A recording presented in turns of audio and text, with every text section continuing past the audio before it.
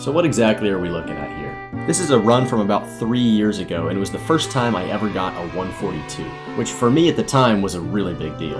I've always liked time trialing Mushroom Gorge since basically the start of me playing this game. So at the time, getting a 142 felt like the pinnacle of my Mushroom Gorge career. Granted, also at the time, the world record was only a 141.2, and the criteria for getting top 100 worldwide was about a 142.8. So just by getting close to it, I felt pretty accomplished. So after a really long summer of playing Mushroom Gorge pretty much every day, trying to get this 142, I stopped. August 12th, 2020 was the day I got the 142, and the last day I time trialed Mushroom Gorge for the next year. I put it down. I had no reason to come back to it because I had essentially beaten the track for all I cared. Once I got that 142, there was no reason to go back to it. This was the pinnacle. It was it. I didn't need anything else past this. And so it was done. After several months of playing this track constantly, it was done.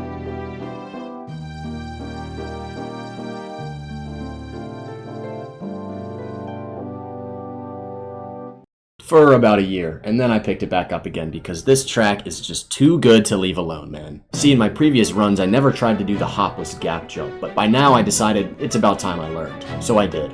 And I pushed my time from a 142.997 all the way down to what I have now, 142.106. A 141 had only ever felt like a pipe dream. That didn't actually seem like a reality for years. But look at this time, man. 106 milliseconds separate reality from my previous pipe dream. So here I am now, time trialing Mushroom Gorge once again, looking not only to get a 142 but a sub 142. And I know it's possible. My lap times on lap 2 and 3 have consistently been in the 33-second range. So in each ensuing session, any one of these runs could be the run. So that's what we've got today. Another session, another chance to get the 141. Let's see how it goes. Y'all, any single one of these runs, this session could be the run. I'm not exaggerating, by the way. Any one of these. So, about 2 sessions ago, I had just this monster time, right? It was on 141 pace, and I failed on the gap jump. It was sad, all right? It was sad. But it gives me a lot of hope, because just being able to basically drive a 141, except for the most crucial part on lap 3, gives me a lot of hope that we can just do it again. Now, the issue is that I am not going to be as good as I was that session. I don't know how to explain it to people who don't time trial, but like, your skill just varies. Like, you kind of have ups and downs. Right now, since we just went through one of the ups, we're going to be on one of the downs. For example, this is already a bust of a run. Yeah, part of me knows it's such a minuscule little time difference, like 0.2 of a second, really, that's nothing. Also, I know we missed the mini turbo there, where you can still get a 0.0. I just want to see the numbers on my screen, just as a motivation factor, you know? I want to see some 0.0s. So this is a 0.1, that's deflating. Okay, it's nothing. That's like the most common way to fail ever in time trials. The lap 3 gap jump, it's like 3 times as hard. I don't know what to tell you. The pressure. I don't understand those people that are like, oh yeah, dude, I work so much better under pressure. Stop lying. I know you don't. Nobody does. That's a false fact. You're spreading misinformation. All right, nobody works better under pressure. Let me tell you something about that 142. I had a 143.004 for about a month. I failed on the gap jump on lap 3 13 times before getting the sub 143. What's this gonna do? There we go, that's more like it. That gives me a little more motivation. Good. If we can just do that again, that might actually be it. We need a 33.8. Not impossible. Just saying. I mean, I'm okay with a 0.1 lap 1.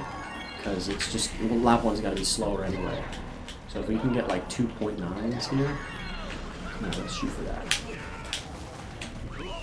Ah, no! That was a 0.0. 0.1 on the dot, okay. I think it was because of the gap jump at the end. Alright. I'm feeling good about that. I'm feeling good. I wasn't even that stressed on lap 3. It's not because I was playing good under pressure, it's because I was distracted with commentary. Y'all don't know how easily I get distracted. There was this one time, I was playing Nintendo Land. You know, summer series. My good buddy Peyton was playing as one of the Toads, and I was playing as the Mario in Mario Chase, right? And I was standing on one of the towers. He got me talking about Mogi Lounge, right? And so I started talking. He walked up to the tower, ran directly into me. I didn't even move because I was too busy talking about Mogi Lounge. That's a very reoccurring theme in my life. I get so distracted so easily.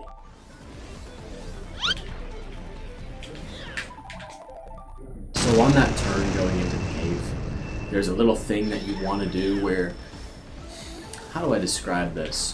When you jump, right? When you hit R and do your little hop before drifting, if you do that on a flat surface right before going onto an incline, your jump is basically eaten. Like, let's see if I can do it here. Kinda like that. So since you're jumping on the flat surface into the incline surface, you basically just jump into the ground again, which makes your hop a lot quicker, and it's a lot faster because you can build up your mini turbo quicker. It's also useful on peach gardens, fun fact. So that's what I'm trying to do there. If I don't get it, it's not like the end of the world, but if I do, then it makes it like 3 times easier to get the mini turbo. That's one of the delicate things. Like that, where I'm jumping into the ground. I don't know if y'all can hear this right now, but 2 of my friends are in the other room watching Twin Peaks, the TV show right now. I don't know if y'all have ever seen that. That's a good looking lap. So if you hear any sound effects, that's them. Shout out Dale Cooper, one of the characters in that show. He's very funny and goofy and silly. I think he's a good character. Oh, I think we just threw it all. We might have just thrown it all. I don't think we can get a 0.9 with that. We need a 0.9. See, that's the detriment of getting a 0.1 lap 1. So if anything, this will be a PB. Okay, it's nothing. So sad, bro. But the 33.8, that's nice. That's beautiful. Why am I doing that, bro? A little bit of Mushroom Gorge lore, alright, because I haven't given enough already. On the gap jump, on that last fail, you might have seen that I just shot straight down pretty much. So you don't want to actually get too close to those ferns because there's a little bit of a ledge issue, right? So the ledge slopes upward for pretty much the whole thing, except for at the end where it dips down and then dips right back up again. But if you hit that area where it dips down, then you're not going to be able to make it across because it'll shoot you straight downward. Like if you TF it or jump or do anything, if you go off that little part of the ledge, you can't make it. So you have to go a little wider. And that way you'll make it. And somehow we still get a 0.1. Maybe that lap actually was mid. I couldn't tell. I was too busy talking about the ledge.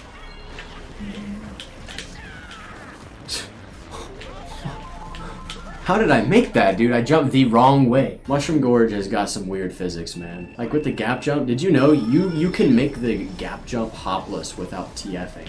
I think you can make it just by like, yeah. I TF'd, but without a drift, and I still made it. Just think about that for a sec.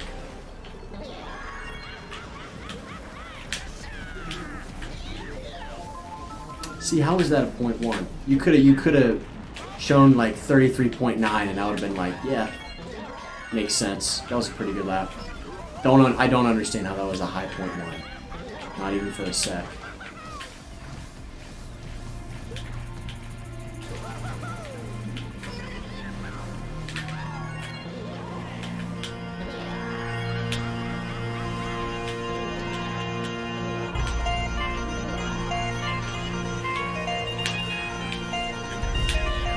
There we go. Now I just need a really good, like a 0.8 lap. Really possible. I'm not even kidding. It is possible. I've done it.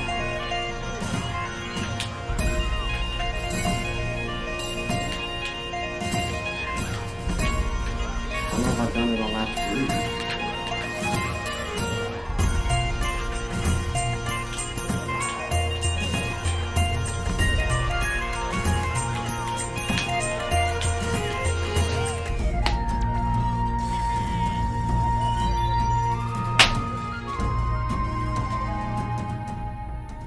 I'm telling you, dude, the lap 3 gap jump. 10, 15, 100 times harder than the normal gap jump. It's I don't know what it is, bro. Actually, I do. It's the pressure. That's exactly what it is. Yeah, that's my PB, by the way. 147.5. I already mentioned that. Well, I'm mentioning it again, dude. I'm getting a haircut before the next video. I promise. On my mama, I'm getting a haircut. Get the hair out of my face, dude. Just get that out of here. Oh, now I look like I'm balding. No, I don't. Never mind. You can see my hairline here. I'm not balding. If I was balding, that'd be super concerning. I'm not that old.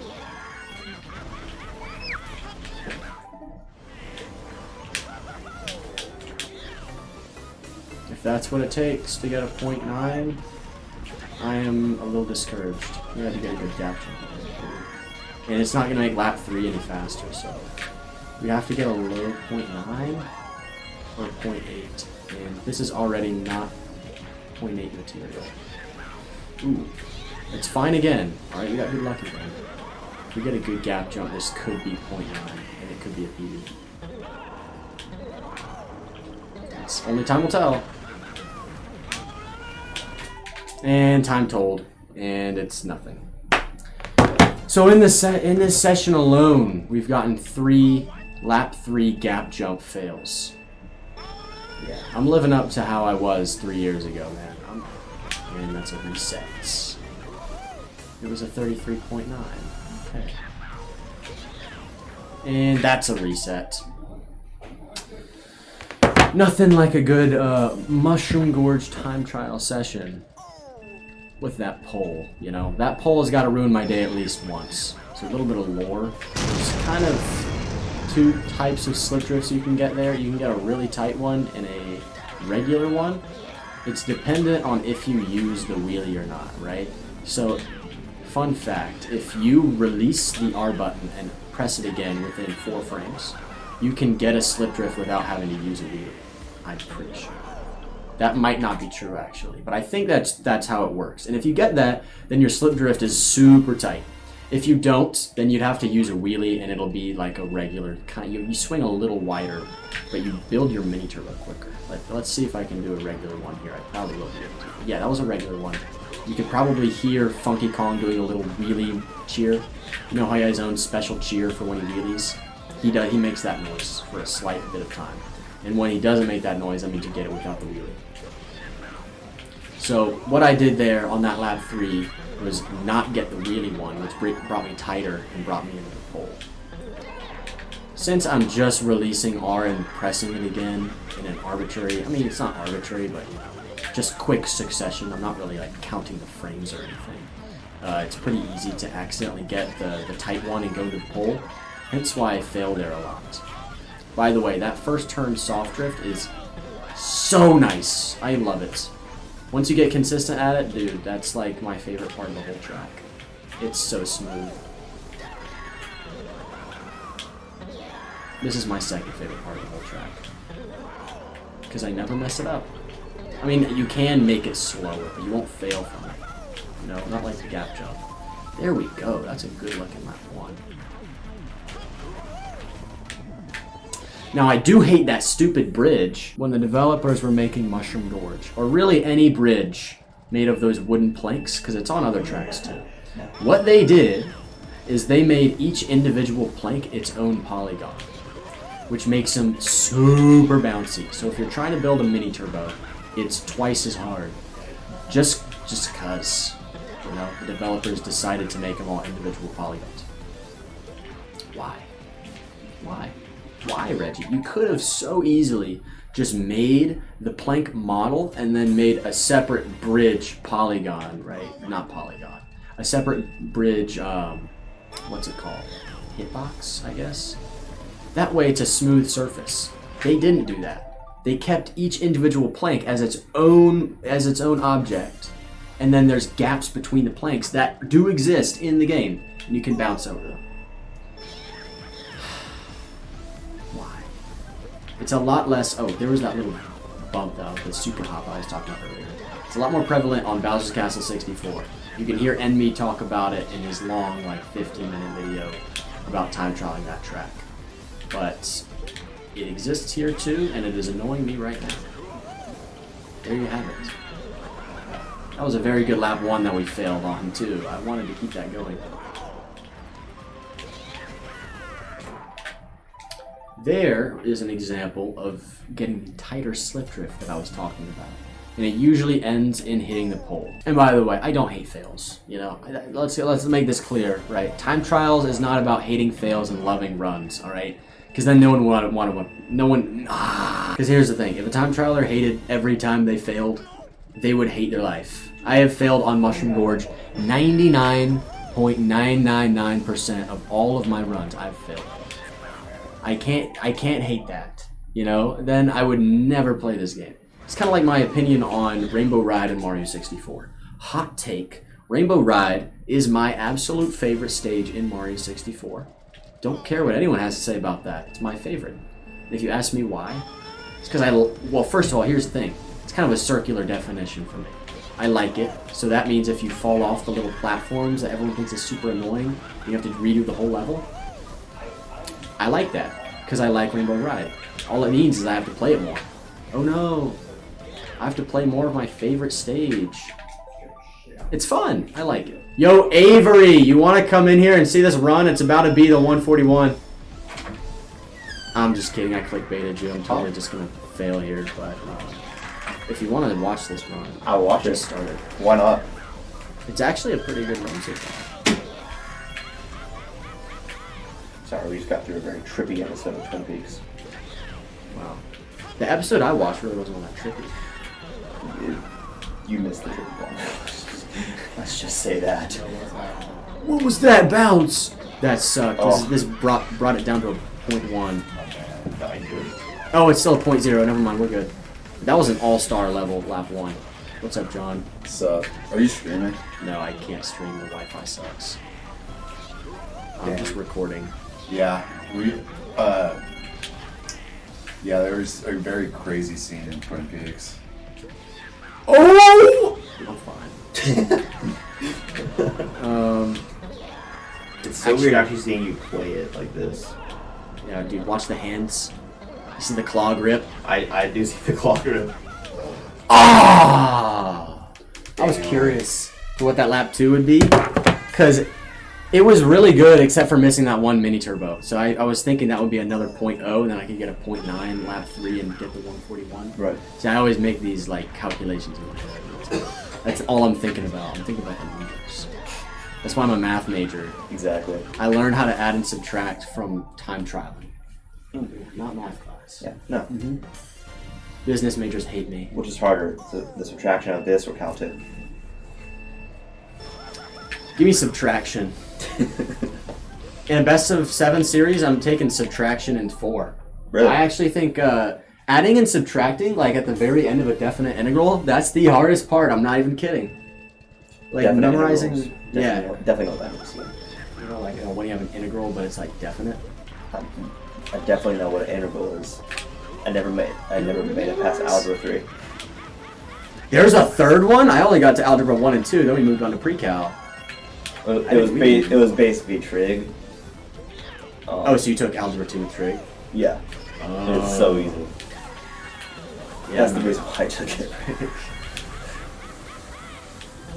Yeah, but basically a definite integral is the area underneath the curve of a function from one bounded value to another. Is that the one with the sigma sign on it?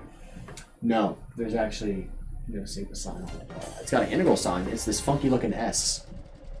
You would see them if you opened up any one of my binders in my backpack. I just use them all for calculus. No. You have several binders for calculus. I have 4 calculus binders and 0 anything else binders. Because everything else is online. I don't have to worry about it. Except like global geography. Global geography. It's such a goofy class. We just learn about regions in different worlds. I mean, this world. across the world. That's what I meant to say. And then we had to read this really long book about these people who are anti-oil drilling in Ecuador. Why are you learning about like environmental stuff in a geography class? Because like you know how the environment's in the earth, and like we're studying the Earth. I thought you just studied where everything is. See, that's what I wish it was. It was just like FIFA, like guess the flag. I would kill for that class. If it was like guess the outline, like Worldle or something like that, oh my god, I would never have to study. But no, we actually have to learn geography, like current events, you know? Oh, that's Which stupid. makes a lot of sense, but it's also stupid because I want to play guess the outline, Yeah. you know? Well, Anyway, I'll leave you there's to your- it. I'm gonna go take a tinkle and then go home. All right, go tinkle it up. All right, see you, man. See ya. There's your Avery cameo for today. Shout out my boy Avery, a loyal small fry for real. All right, the recording's been going on for about an hour. I could keep going, man. I could time trial Mushroom Gorge till my fingers fall off. I love this track. But this will be the last run, because I got an 8 a.m. tomorrow. I got to get to bed. And of course I got to play Mario Galaxy before bed. I do that every Sunday. So Galaxy's so fun.